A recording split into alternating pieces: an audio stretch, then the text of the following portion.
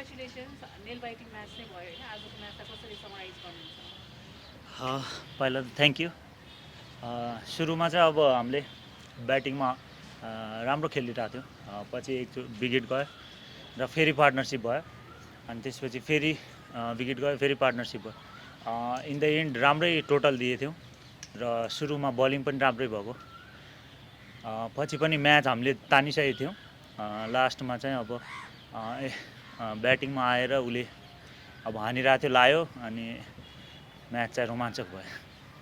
तपाईँको अब second ODI century भएको छ, आजको सेन्चुरी अलिकति सेयर गरिदिनु सक्नुहुन्छ? त्यही हो, अहिले रिसेन्ट गेमहरूमा अब मैले राम्रो खेलिरहेको छु, सो जति पनि रन लागिरहेछ, अरूको टिमको त्यस्तो रन लागिरहेको छैन भने अहिले मेरो मात्र लागिरहेछ। सो मैले जति रन पनि दिइरहेको छु आफ्नो टिमको लागि, सो त्यसले गर्दाखेरि फाइदा भइरहेछ, अरूलाई अहिले रन त्यसरी लागिरहेको होइन। सो जति पनि रन बन्छ टिमको लागि हुन्छ, सो त्यही नै गरिरहेको छु। रन बनिरहनुको चाहिँ कारण चाहिँ के हो?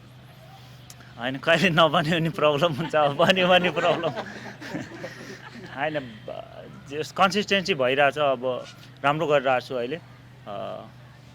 अब त्यसको कारण सायद एकदम धेरै फोकस छु कि त्यो हुनसक्छ, राम्रो भइरहेछ।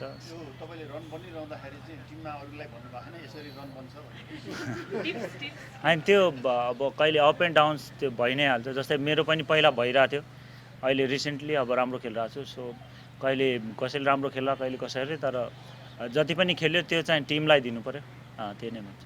आज डेथ ओभरतिर चाहिँ तपाईँको पनि ओभर बाँकी छैन, त्यो कम्बिनेसन कसले 2 ओभर गर्ने भन्ने कुरा भएको थियो, आफूलाई नल्याएर जस्तो पेस बोलरलाई ब्याक गर्ने नि त्यो चाहिँ किन भयो? सो त्यो चाहिँ अस्तिदेखि हामी ट्रेनिङ पनि त्यही अनुसारले गरिरहेको छ। हाम्रो फास्ट बलरले जहिले भने त्यस्तो राम्रो गरिरहेको छैन भनेपछि अस्तिदेखि हाम्रो ट्रेनिङ कुरा पनि त्यही भइरहेको थियो कि इन द एन्ड लास्टमा फास्ट बलरले नै राम्रो गर्छ, सो त्यसलाई नै ब्याक गरौँ भनेर भइरहेछ। दुईवटा अब त्यो त्यसमा अब क्याप्टेनले सोचे होला कि दुईवटा राइटी ब्याट्सम्यान छ, इजी पनि भयो, अफ स्पिनरलाई इजी हुन्छ भनेर, सो फास्ट बलर नै युज गर्यो। अनुभवी खेलाडी विनोद भण्डारीको कमब्याक र एकदमै युथ खेलाडी चाहिँ अर्जुनको आज डेब्यू भएको छ, उहाँको बारेमा भनिदिनुहोस्। एकदमै राम्रो, अब धेरै यङ छ, त्यही पनि यस्तो स्टेजमा आएर पर्फर्म गर्यो, गएर फर्स्ट बल डिफेन्स गरिरहेछ राम्रो बलरलाई, सो एकदमै राम्रो हो, हामी पोजिटिभ रूपले लिन सक्छौँ र विनोद दाईको एकदमै राम्रो कम छ। आजको टिममा 4 जना मेन प्लेयरहरू, टिममा इस्टाब्लिस प्लेयरहरू चेन्ज थियो, त्यो चाहिँ कतिको च्यालेन्जिङ डिसिजन थियो टिम म्यानेजमेन्टको हिसाबले? त्यो चाहिँ कोच र क्याप्टेनले गर्छ, किनभने अब त्यो सबै प्लेयरहरू खेलिसकेछ। जस्तै आज एकजना उसरी हेर्दाखेरि त एकजना मात्र डेब्यू गरेको अर्जुनले, 4 नयाँ त होइन, सो तिनीहरूले खेलिरहेको हो, एक्सपिरियन्स सधैँ नै छ, सो त्यही अनुसारले अब सरले सोचे अब त्यही हुन्छ भनेर। क्याप्टेनलाई बोलाएको थियो एउटा क्वेसन चाहिँ यही बेलामा चाहिँ जस्तो नेपालीको पनि इन्टरनल सिरिज भइरहेको छैन, त्यहाँ पनि पर्फर्म गरिरहनु भएको छ, यहाँ पनि अब इन्टरनल कम्पिटिसन एकदम छ। एज अ सिनियर प्लेयर हेर्दाखेरि चाहिँ यो कम्पिटिसनलाई चाहिँ तपाईँले कसरी लिनुभएको छ? त्यहाँको प्लेयरहरू पनि नक गरिरहेको छन् त्यो हिसाबले। हजुर, त्यो अहिले चाहिँ नेपालले जस्तै त्यहाँ रेड ब्लू खेलिरहेछ, पर्फर्म पनि गरिरहेछ प्लेयरहरू, त्यसले चाहिँ अब सिनियर टिमको जस्तै कोही पनि प्लेयर पनि जस्तै पर्फर्म गर्दैन भने त्यहाँबाट चेन्ज हुनसक्छ कति बेला पनि। अब यो गेम भएर चाहिँ एकदमै राम्रो भयो, अझै यस्तो गेमहरू भइराख्यो भने चाहिँ हाम्रो नेपाल पनि सेट हुन्छ र जति बेला हाम्रो सिनियर जस्तै नेपाल खेल्ने प्लेयरहरू पर्फर्म गर्दैनन् त्यहाँबाट पर्फर्म गर्ने प्लेयरलाई ल्याएर पर्फर्मेन्स निकाल्न पनि सकिन्छ। त्यसरी लगातार 3 खेल भयो, दर्शकहरूको उपस्थिति एकदमै न्यून छैन।